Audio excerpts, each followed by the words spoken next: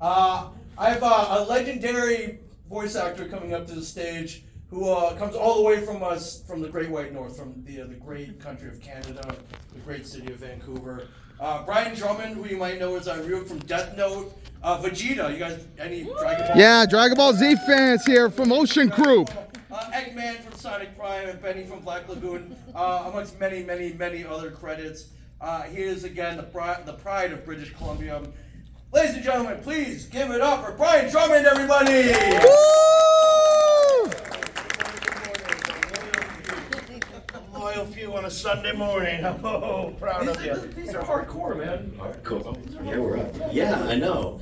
It's so nice to be here. It's the first time Comic-Con Revolution, so and I'm kind of loving it. I do lots of East Coast conventions. You know, 2 or 3 flights to get there, but from Vancouver, one straight shot, little less than 2 hours and 22 minutes in the air, and I'm down here, and it's a little bit warmer always. Well, look, this weekend, what the heck? I left Vancouver, and it was actually colder here than in Canada. I was like, what's going on? I'm coming to California. Maybe I brought it with me. I apologize. It could have been me. Yeah, no, you're good. Well, the sun came out today. Thank you very much. It did. And I was talking to you earlier. You live in Vancouver now. You're the pride of British Columbia. I do. Yeah, I've worked. Believe it or not, and I'm thinking probably one of the only ones. If you ever go on behind the voice actors, everyone ever look at sort of things on. It's kind of an IMDb for voice like actors. An IMDb just about voice actors and shows that they've been on, and I think I just cracked the top 20 for most characters voiced by anyone in the history of animation. So you Wow. well, ahead of me is like, you know, Tara Strong and Mel Blanc, right? And the 2 guys from South Park that do all the voices. Oh, right? that's right. Deep Wow. Bradley Baker, Wow. who does 2,000 voices, right? So it's pretty fun to be up there in that list. And I've only, even though I worked on hundreds of American productions, because a lot of the recording happens in Canada, maybe the animation's done down here, but they do some of the voices up there, although there's a big animation industry as well.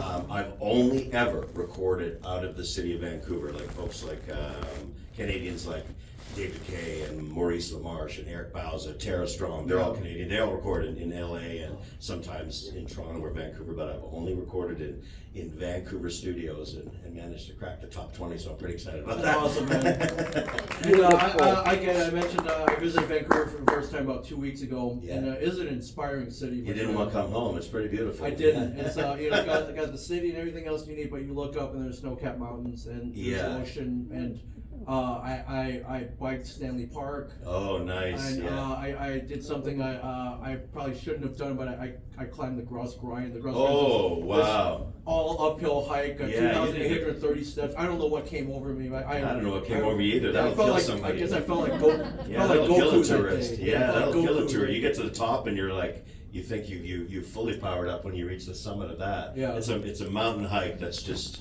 intense, and everybody kind of wants to do it. It's called the Grouse Grind, and there's no rest zones. There's not like you just power your way all the way to the top. No, it's fine. There's stops every quarter of the way, and on a tree, hanging in a tree is one of those like the paddles, like for if you have a heart attack. Defibrillator.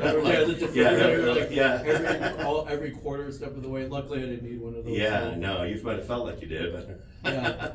Yeah. So just so everybody does know, you named most of them. That was my just for a heads up on my career, I graduated from a theater school in 1991, probably before most of you were born. Yeah, it looked like it. Oh, I was born in 91. I worked in film and TV and theater, did TV commercials, and Vancouver was known for lots of sci-fi, so I had lots of small roles on things like the Smallville and Stargate and X-Files, all that stuff that was shot up there back in the day. And but I think it was the end of 1994. You're always as an actor looking for another gig and trying to keep the calendar filled with work. Anything that'll come along. Anything where you don't have to take your clothes off, or maybe even that. Exactly. I don't know what shows you were working on, but all right. It's tough out there. It's tough out there. You could get. But so voiceover was really starting to explode on the scene in Vancouver, and I stumbled into an audition for a G.I. Joe series directed by Sue Blue, the incredible Sue Blue, who directed all those early 80s crazy Emmy-winning Teenage Mutant Ninja Turtles. That's Sue's work, and I got on G.I. Joe Extreme as one of the leads. And my next audition after that was for this, I don't know, this crazy little diminutive character on something called anime, and I don't know what it was. And they said he's this, I didn't see a picture of him, so it said he's a small alien character, so which is true, from another planet, and he's extremely powerful, arrogant, egotistical. He's a prince. As well, so he's got to be somewhat princely and arrogant. A lot of characteristics. All these characteristics, and come up with a voice for that. So I came up with something, and I was cast as Vegeta in Dragon Ball Z, and I didn't know who this guy was. Nobody knew what any of this stuff was, and we just started doing it. I also didn't know, because the audition, when you get an audition, you get sort of a paper with a bunch of dialogue. There was no screaming on the paper I had. I was just dialogue, so I came up with a voice, and then you show up in the sessions, you're like, wow, there is more screaming and with these characters than there is actually talking. But I was young, I was in my mid-20s, I was like 25, and I had no problem. I just loved throwing that sort of anger and like you just wanted to be the most powerful person in the world, and like it was fun to have a role that something I would never be cast at is on camera. That's kind of why I fell in love with voiceover, because they wouldn't let me play something like that as a 25-year-old on camera. With my look, it was just, but the voice-wise, I could be this bigger-than-life character. Yeah, powerful, and just those, just the screams and all the stuff you got to do, and over. I loved it. At the time, after you do 100 episodes, your voice is shot, but. It was crazy, and then it just went from there. I fell in love with that show, and then of course Transformers stuff came along, and Spider-Man Unlimited, got to do Venom, and Death Note was after that, and Gundam Wing series, and Black Lagoon, and I just, Vision of Escaflowne, if everyone knows that. Yeah, all iconic shows. Yeah, just great stuff. I was talking to someone yesterday about Monster Rancher, which was a crazy show back in the day, which was hilarious and fun, and I fell in love with it so much by about the early 2000s. Maybe 2001, I dropped doing theater and film and TV, and I said, I'm just voices only, because my week was just packed with shows. Yeah. And it has been ever since. It's just been amazing. I just love it. And now this is sort of, I used to not actually be able to come to too many conventions, because being in Vancouver, there's a fair bit of travel involved. So usually you'll have to, if a con is on a Friday, sometimes they go Friday, Saturday, Sunday. So see the travel day. Yeah, I need to travel on a Thursday, and I can't get a flight out on a Sunday, so I fly on a Monday. So if you're traveling on a Thursday and on a Monday, you've got it's 5 days. Tuesday, Wednesday, and Thursday are the only 3 days I can actually do shows, and I would have lots of producers really ticked off with me if I was doing a bunch of cons. So previous to COVID, I might have done a couple a year at the most, if I could make them fit in. But COVID, the only good thing that came out of it, which was a bit crazy, was that we all had to start recording things individually or at home, and it was just a different setup. So it allowed, after we came out of COVID, all the producers were sort of used to maybe getting an actor one at a time, and I didn't have to be in the studio at the same time with everybody. At home, they said do it at home, or we'll pick you up on another day. Yeah. So when I said I was going to go to some conventions and meet with the fans and do this kind of stuff, they're like, don't worry about it. I know you're missing an episode. We'll get it when you get back. The attitude changed about it, and it got way more casual. So now I can get out to a few more, and it's been incredible to just meet everybody. Less people here at 10 in the morning on a Sunday. Yeah, but but we know you're passionate about it. The real fans are here. Exactly. Yeah, that's awesome. And Exactly. then the technology improved where you could get a really great home setup.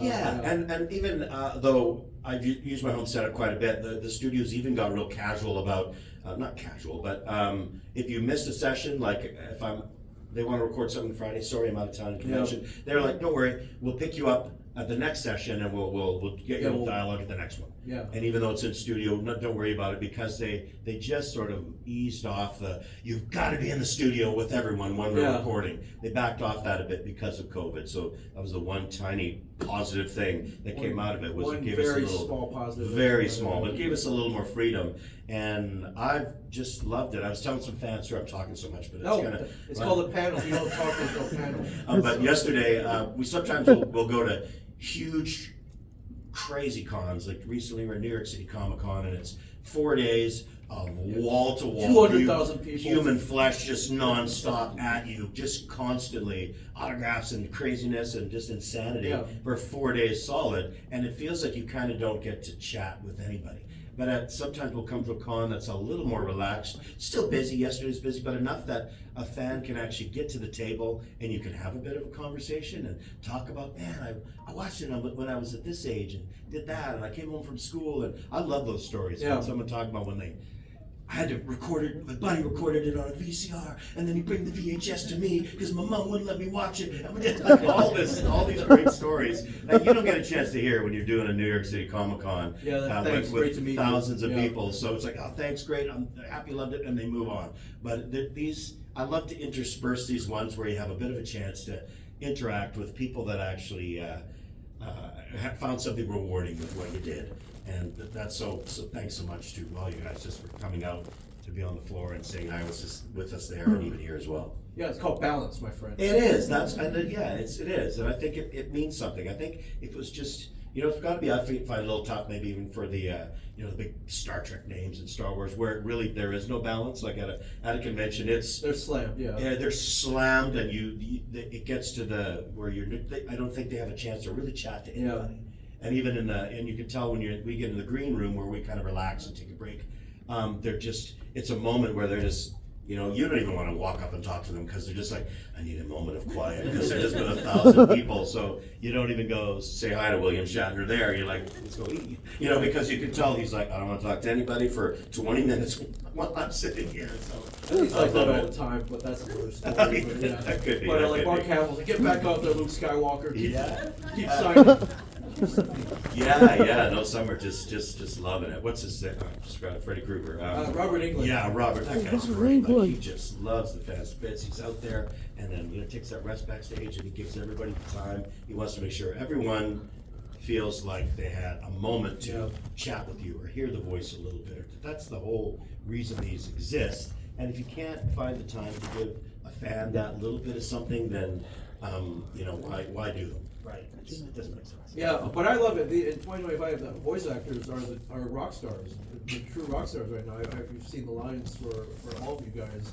All the people come and show up, buy tickets. And we can go to the grocery store though, and not have anybody take pictures. That's the best part. Yeah, or hiding in the bushes. Yeah. Nobody's like taking photos of your kids and stuff like that. Yeah, right? You can stick it around. And there's always a bad angle, right? Yes. There's always a bad Yeah, angle. where you look terrible. You just come out of the gym, your hair is like everywhere or something. Yeah, or the wind blows the wrong way, or the lighting's bad. Yeah. That's the one that gets posted on Yeah, social that's the media. one they want to sell because you look terrible. But Yeah, for sure. no, nobody knows us voice actors. I'm sure there's a few that once in a while I'll get noticed by somebody, or maybe Chris Sabat or some of the guys that have been at the panels. Well, they might, but it's pretty rare.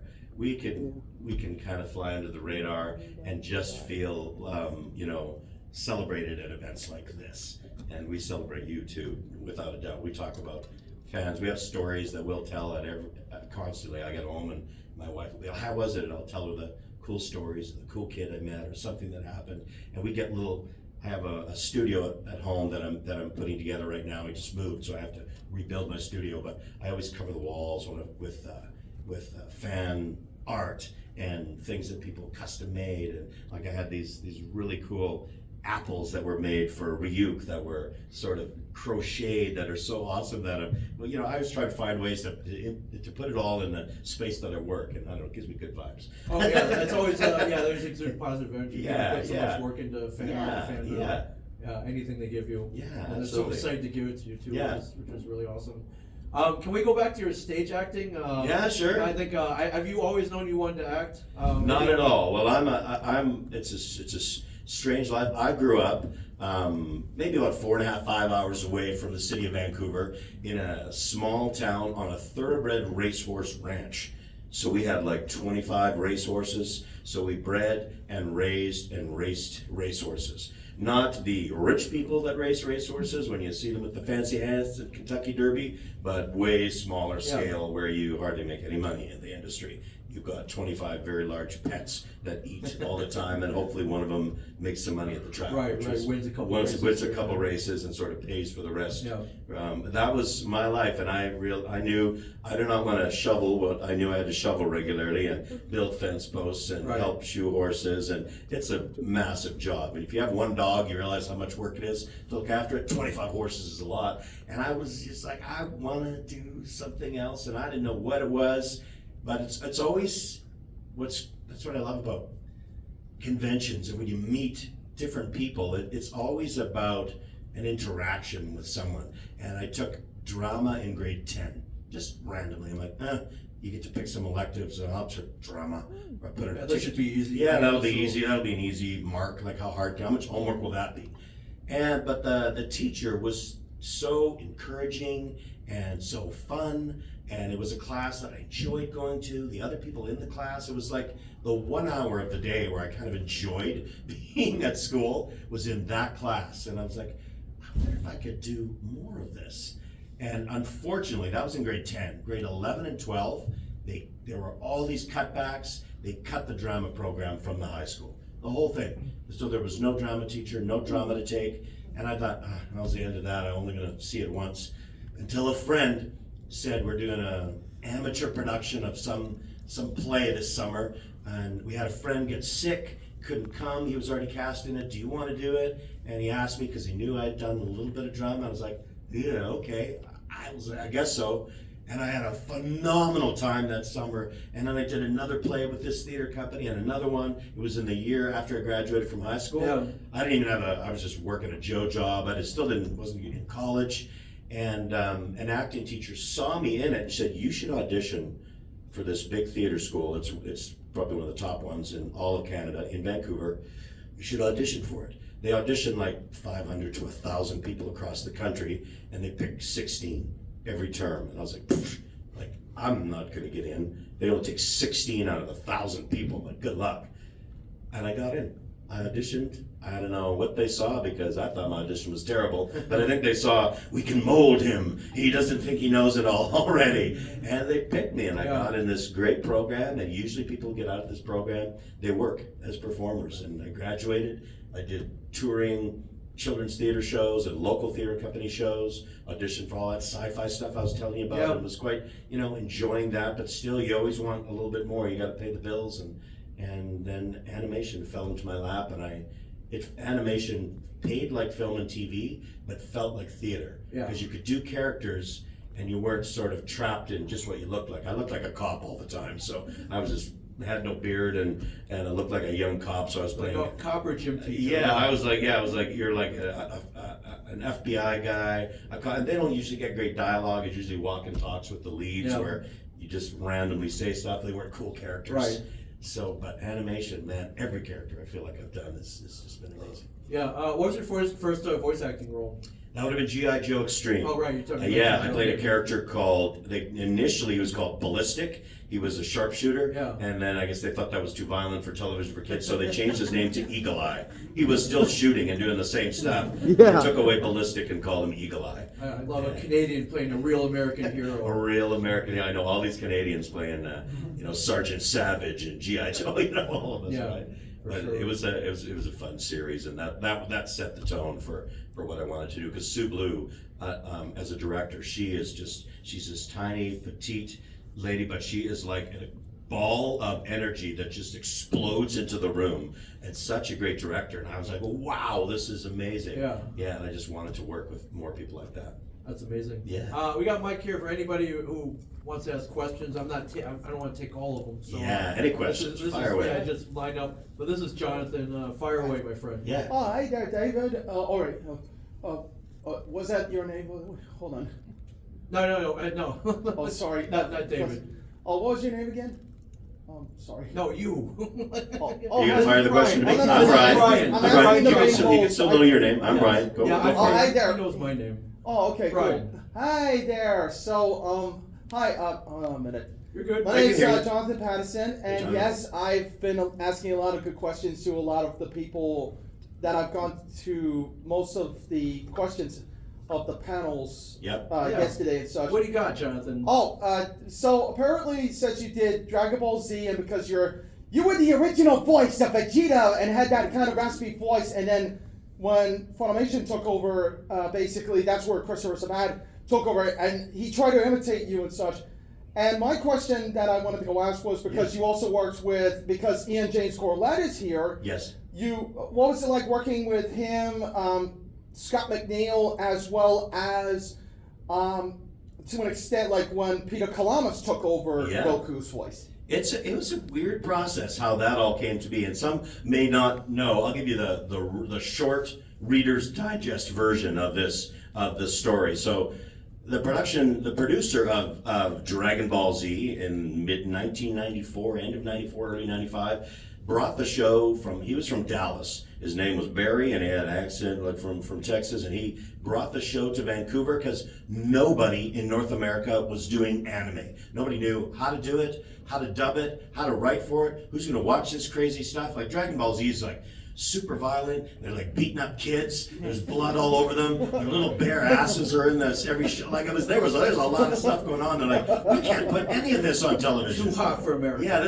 you can't put that stuff on TV. Now there's streaming services, so you can put it all unedited. But it was for network television, and network was like, we can't have that. And no, that's Vegeta beating the hell out of a child. No, we can't have that. Like, these things cannot be on TV. But Ocean Studios, they had done Dragon Ball, and they had done Ranma 1/2. They'd done a few things and had some experience. So, and they also had some experience with writers who knew how to take the translation and kind of write it for television so it would get past the ratings board to get on. They also knew how to re-edit the animation to make the blood they changed the color of it to make it look like dirt instead of blood, and put little patches over their little bare butts so they look like they have a little pair of pants on instead of their, so they found a way and to edit it to get it on television. That's how it came to Ocean Studios in Vancouver.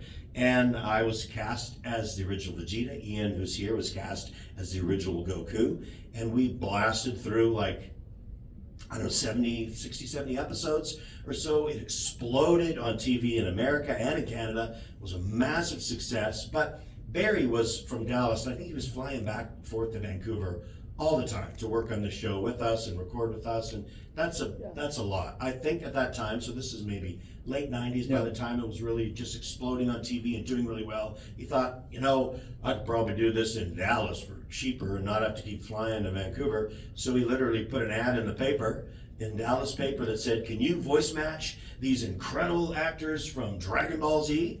And there was no voice acting community in Dallas. None of them, like Sean Schemmel, was a French horn player. He saw the ad, I guess, and thought, I could sound like Peter Kalamas, who was Goku at the time, and Chris Sabat was the one who sounded the most like me, and they voice matched us, and they redid the show there, and that's when it changed. But a lot of people don't know, because you're in America, is that Dragon Ball Ocean Studios still had the rights to all of Dragon Ball Z in Canada, the UK, Ireland, some of Europe, Australia. So there was a bit of a hiatus when this American aspect of the production moved, and we paused, and then we came back and continued recording Dragon Ball Z. So I've done all of Z, not Super. I played a guest role on Super for Chris when he called me about it, but I've done all of Z. All of Z was, if you grew up in Canada, you heard me as Vegeta for all of Dragon Ball Z. And in Europe, Ireland, they know me as Vegeta. Not Super though. Super it was completely changed. And Chris voice matched me as best as he could and did a great job. He sounded similar, but I did have that higher pitched sound, which was probably difficult for him because Chris's natural voice is just kind of deeper than mine. It sits lower than mine. So, but my Vegeta was, Kakarot, you clown! Like he sits up there in this sort of higher pitch. And Chris is more of a, Kakarot, you clown! Like he sort of sits lower. But when he initially did it, he had to stay in that range. And I think it just kind of went lower over time. And he went, you know what? This just sits better for me and is easier. And he went back and sort of made Vegeta that more princely sort of, you fool, get out of here. He just had that vibe. And that's his sound now. Whereas mine was much more, a little bit more kingly and princely and bring him to me, Nappa, you idiot. Right? in that zone, right?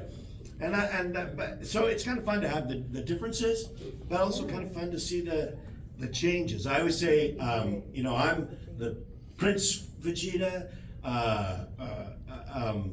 Chris is like, he'd be the king, and Ryo Horikawa, man, he's the emperor. Come on, like in the original. That's awesome. It's just so fun to have us all have a piece of this history. And now the new actor, Castro, what's his first, who plays in Daima, he plays Vegeta. So there's another new voice in Dragon Ball Z Daima that's joined the family of voices, which is too cool. I haven't had a chance to meet him yet, and I can't wait. So to maybe do a panel with him. Yeah, it'll happen for sure. Yeah, for sure. But fun facts of how Dragon Ball Z started. Thank you. Oh, Yeah, thank you're you. welcome very John, much. great And that question. answer, I'm going to say this to you right now. That answer, Is yeah, it's over 9,000! there it is. There it is. Great job. All right, thanks. Hello, I have two questions. Sure. My first one is, what was your favorite line to say in the dub, and what lines would the Ocean dub not let you say? Well, we wouldn't know which ones we're not allowed to say because by the time it gets to me, it's already been rewritten to be made for television. So, like where they would say hell, and they would, you know, I'm gonna, you know, Nappa. I was sure when he destroys Nappa, he said, I'm gonna blast you to hell, but I'm gonna blast you into another dimension. They had to change all that type of stuff for us. I would love, honestly, I would love to be able to go back and say what I would want to say as Vegeta, you know, as opposed to the televised version. But so I wouldn't know what things that I wasn't allowed to say. I only after the fact hear what they wouldn't let us say. But I think it wasn't my favorite line, but it's the one I remember the most because I lost my voice doing it. Is when Gohan hides one of the Dragon Balls on him, and Vegeta says, "You won't escape my wrath." He is so angry. He's going to rip his little arms and legs off if he catches him. And I remember doing that sequence, and they wanted it just visceral and terrifying and just so mad. And his eyes are going bloodshot, his pupils get small, and you know he just goes crazy when Gohan pulls one over on him. I remember that fondly because it was fun to do, but also not so much because my voice just got wrecked because I'm screaming so hard to do it. And you don't always get it in the first take. Sometimes it takes 2 or 3 takes before you nail it, or more, and then by the time you're done, your voice is cooked. But you won't escape my wrath. Go back and look at the OG one of that and see how you feel about that one. It's pretty fun. Thank you. My second question is, how did you feel when Funimation switched the dub to their in-house voice actors for the American? Yeah, well, I mean, technically, when you say in-house, they weren't in-house voice actors. There was no Funimation voice actor. There weren't anybody. Barry just moved the show to be recorded there. Like I said, he put an ad out, and actors, different people came in that had different experiences. Like some might have had some theater experience, some didn't have any experience. Sean didn't have voice acting experience, but he sounded like Pete Kalamis' Goku. He had that great sound. Chris had probably some voice experience, but they weren't in-house until years later. Maybe you'll say that. Lots of people call us, oh, we're the Ocean Studio actors. Ocean Studios is just a studio. I work at 20 different studios. Ocean is just one place that calls me in to do certain shows. So lots of people call us, well, you're the Ocean actors. Like, no, Ocean Studios doesn't have any actors. Yeah, it's just the place it's where you just the place where you record the show. It was, I mean, I was upset when the show moved because I was Vegeta, but because I knew I still got to continue doing it for all of Canada and the UK, it didn't really, I wasn't that worried about it. And I was on a lot of other shows at that time. We're moving into the late 90s and early 2000s, and I was doing Knuckles and Sonic Underground and Spider-Man and Spider-Man Unlimited. I was on a bunch of shows, and so I wasn't worried about one role kind of going away. Yeah. Even though it was a great role, I didn't know it was going to be as big of a role as it was. But Vegeta was pretty popular in the late 90s and into the 2000s, but not like he is now. Yeah. There's no way I thought I'd still be talking about the role of Vegeta in Dragon Ball Z 30 years after I recorded it. No way. Nobody thinks that about any show we work on. But I wasn't too hung up on it. I've worked on so many things since. I've just been happy to be part of the ride that is the Dragon Ball world because it's an amazing world. Okay, Thanks, thank you. man. Thank you very much. Come on up. Yeah. Hi. Hi. So I have a serious question and then like a little fun question. Sure. So with all the strain you had to put on your voice about like screaming, and Yeah. How did you take care of your voice during those times when you did have to like strain your voice for those screams? And then my second question is, if you yourself could fuse with any character from Dragon Ball Z, who would you be? Wow, that's a good one. Great question. I've been doing this voice acting since 1995, so that is 30 years. I have not figured out a way to save my voice from heavy screaming on anything yet. The only things I've learned that bring it back to life after I've destroyed it, and I've done like Warhammer games and Dragon Ball Z and like Wolverine in 5 movies, he trashed my voice. The only thing that I could do is it's hydrate as much as you can while you're doing it. So I have to be just drinking. I'll have to use the washroom all the time because I'm constantly just trying to coat my throat with fluids. And then after the fact is rest.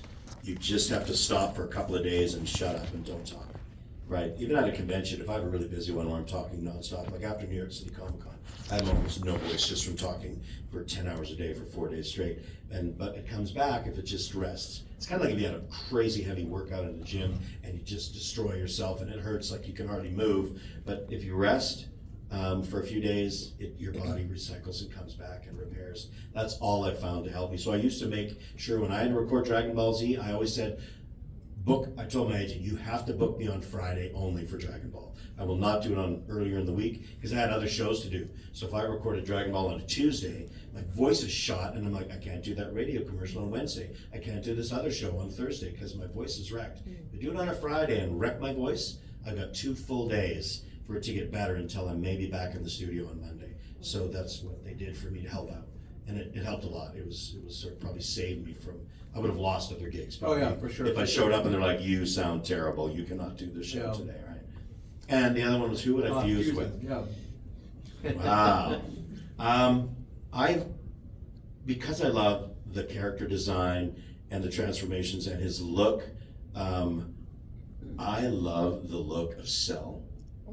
So, here we are back here. It's a design that I always thought was one of the coolest for me. And if you could fuse with Cell, that would be pretty wild. Right? Yeah. Thank you. Thank you. Come on up. Hello again. Hello, yeah, it was nice seeing you yesterday and today as well.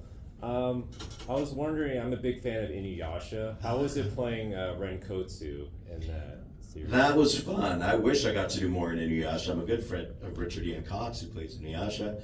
I'm trying to get him to come out to some conventions, but he's got 4 children and is a very busy man right now, so maybe we'll see him soon. We'll see. That would be neat. But I love that show. It's a great series as well. And Renkotsu, I always sort of like playing the anti-hero slash villainous characters. They have great writing, and I didn't get to do as much in the earlier seasons. I only played Kachiromaru and Chiromaru, who are complete demon character roles.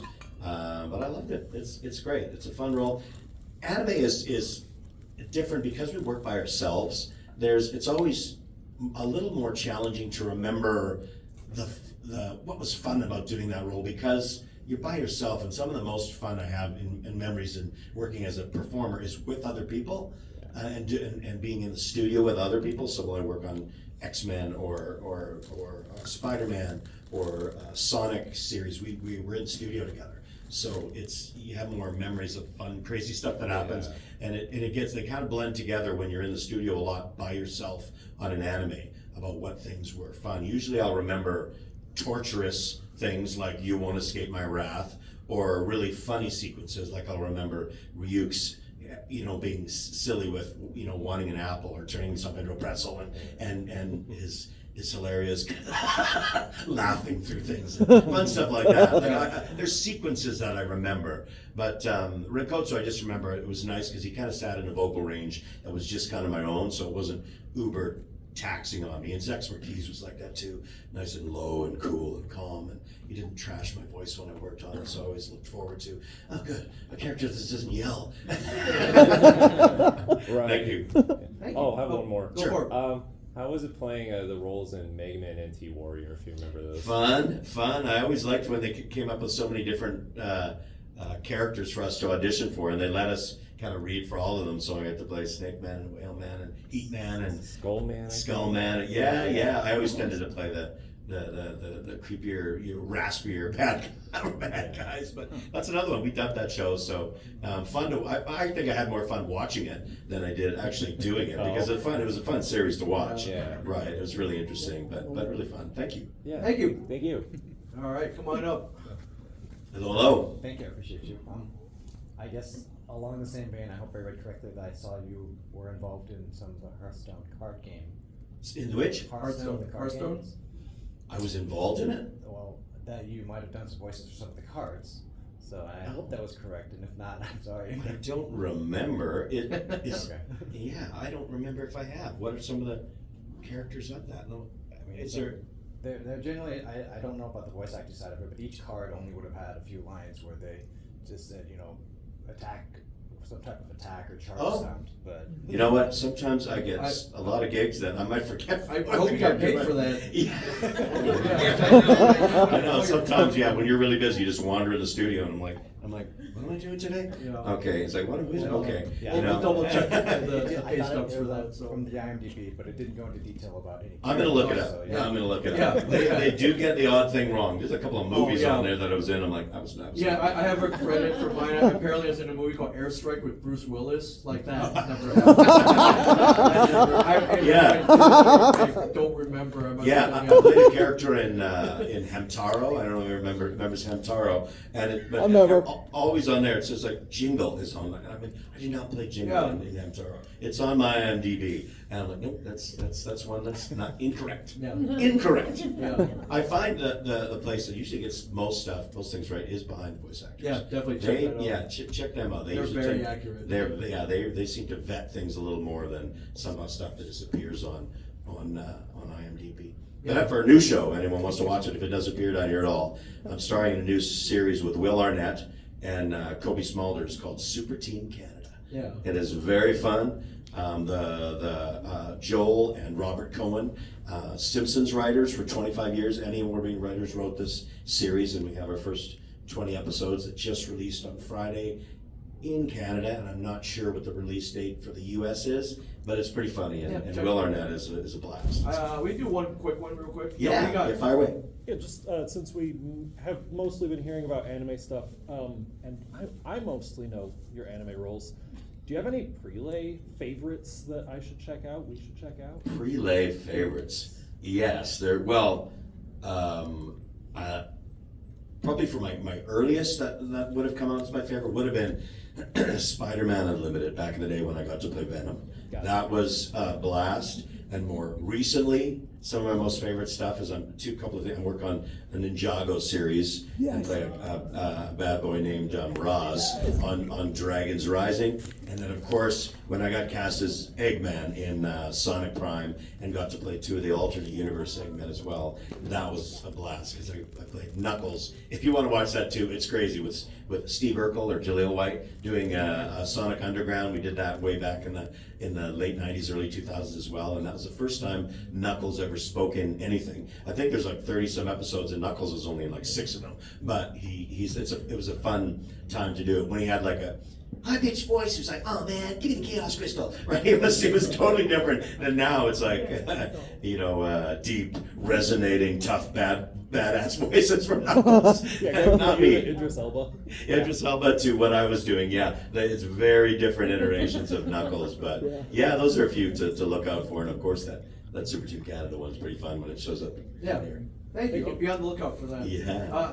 Brian, thank you so much, man. Thank you you'll for get having your me. table for the rest of the day. Thank you, Brian! Yeah, it's a Sunday, so it's always a little quieter. And if you didn't get a question answered here because you didn't want to do it in front of everyone, come on up to the hang table out, grab an autograph, grab a selfie, yeah. support the Canadian cause. Oh, yeah. Send them back to Vancouver happy. Send them back to, I don't want to be the 51st state, but No. Come on now, bro, we don't want to be the 51st state. But ladies and gentlemen, Brian Drummond, everybody! Brian Drummond! Thank you guys. We have panel Brian all day, Drummond! Thank you, everybody. Have Thanks, fun rest of the Brian. day, everybody. Thanks, man. Great questions. Thank you. You're welcome. Thank you, everybody. If you're not sticking around for the next one, please exit through those doors. We just got to get people in for the next thing, so if you could help us out, we'd be very appreciative.